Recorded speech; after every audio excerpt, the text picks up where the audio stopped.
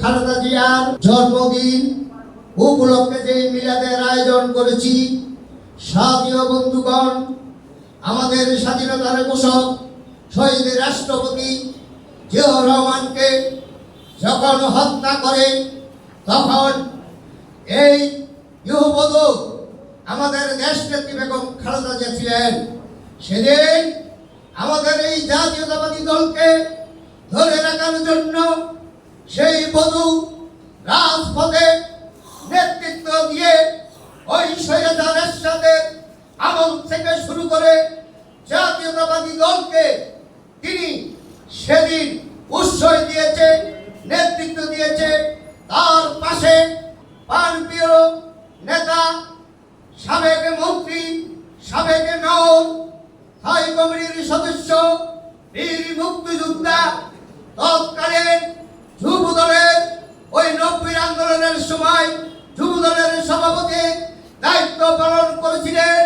সেদিন দেশনেত্রী বেগম খালেদা জিয়ার পাশে সেদিন মির্জা আব্বাস শক্তিশালীভাবে নেতৃত্ব দিয়ে একটি আন্দোলনের মাধ্যমে ওই স্বৈরাচারের সাথে মির্জা আব্বাসের নেতৃত্বে দেশনেত্রী বেগম খালেদা জিয়ার নেতৃত্বে সেদিন পরাজয় করে সেদিন এরশাদ পতনের পরে জাতীয়তাবাদী দল বিএনপি 91-তে আমাদের দেশনেত্রী বেগম খালেদা জিয়া ক্ষমতায় আসে।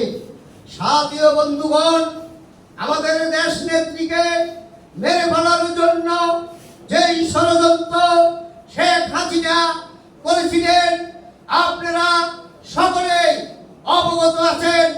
আপনারা জানেন এই আবসারী নেত্রী বেগম খালেদা জিয়াকে মেরে ফেলতে পারলে তাহলে এই দেশে শেখ হাসিনার বিরুদ্ধে আন্দোলন করার লোকও থাকতো না।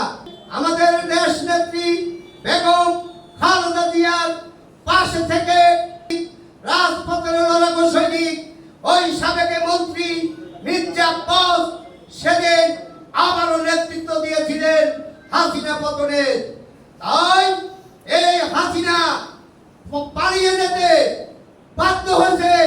সেদিন 5 আগস্ট, জুলাই আগস্টের ওই নাইট অ্যাঙ্গল থেকে শুরু করে আমাদের সাবেক মন্ত্রী জনাব মির্জা আব্বাস শান্তিনগর, কাকরাই, মৌচাক, মগবাজার, বাংলা মোটর সেদিন রাজপথ মির্জা আব্বাসের দখলে ছিল।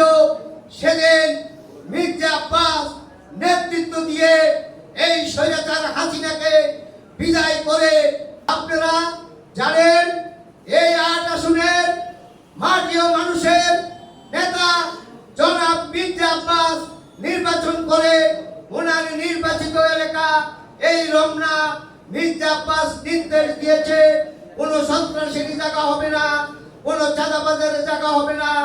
আপনারা এখন থেকে মির্জা আব্বাসের নির্দেশে জনগণের পাশে থাকবেন।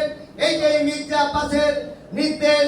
এই আসলে বক্তৃতার কোনো বিষয় না। আমাদের দেশনেত্রী বেগম খালেদা জিয়ার জন্য আমরা সবাই দোয়া করব।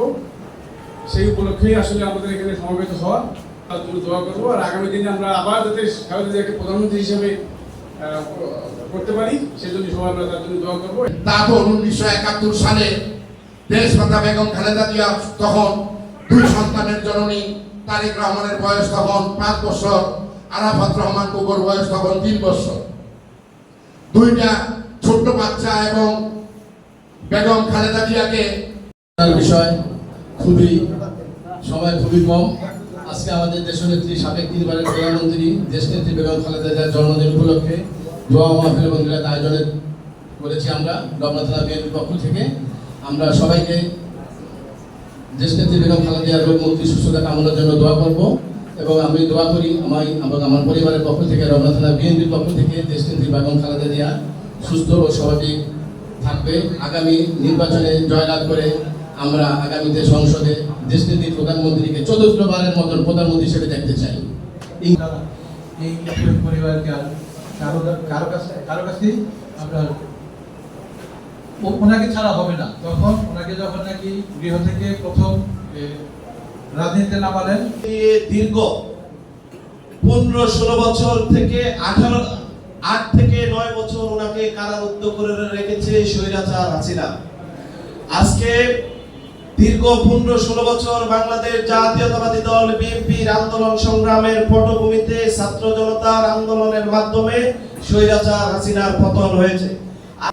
দেশ মাতার সর্বাধিক আজকে যেভাবে আমরা উদযাপন করতেছি, ইনশাআল্লাহ আমরা আগামী দিনে যেন এর চেয়ে আরো সুন্দর ও সফলভাবে উদযাপন করতে পারি, এই আশা ব্যক্ত করে আমার সংক্ষিপ্ত বক্তব্য শেষ করলাম। সকলকে ধন্যবাদ। আসসালাম।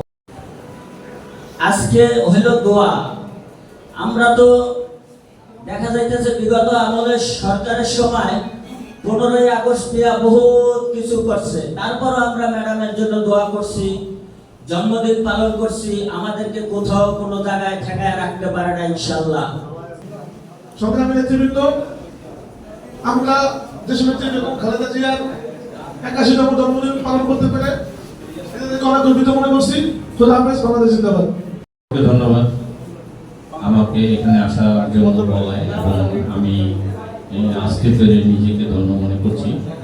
সবাই দোয়া করবেন। আল্লাহ হাফেজ।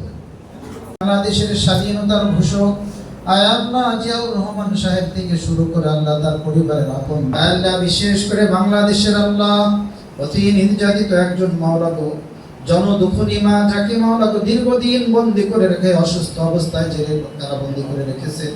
আজকে তার ভক্তবৃন্দ, তার দলের কর্মীরা, তার ভালোবাসার মানুষরা তার 81তম জন্মবার্ষিকীতে দোয়ার আয়োজন করেছে।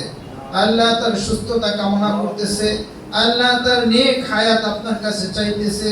আল্লাহ তাকে সুস্থ নেক হায়াত আপনি দান করে দেন, সাথে দেশ পরিচালনা করার মতো তৌফিক আপনি দান করে দেন। আল্লাহ সুস্থতার সাথে মানব মানুষের সেবা করার মতো তৌফিক দান করে দেন। আল্লাহ তার পরিবার আল্লাহ মা হিসাবে মাওলাকে সেই কষ্ট বুকে ধারণ করে আল্লাহ এখনো জীবিত আছেন।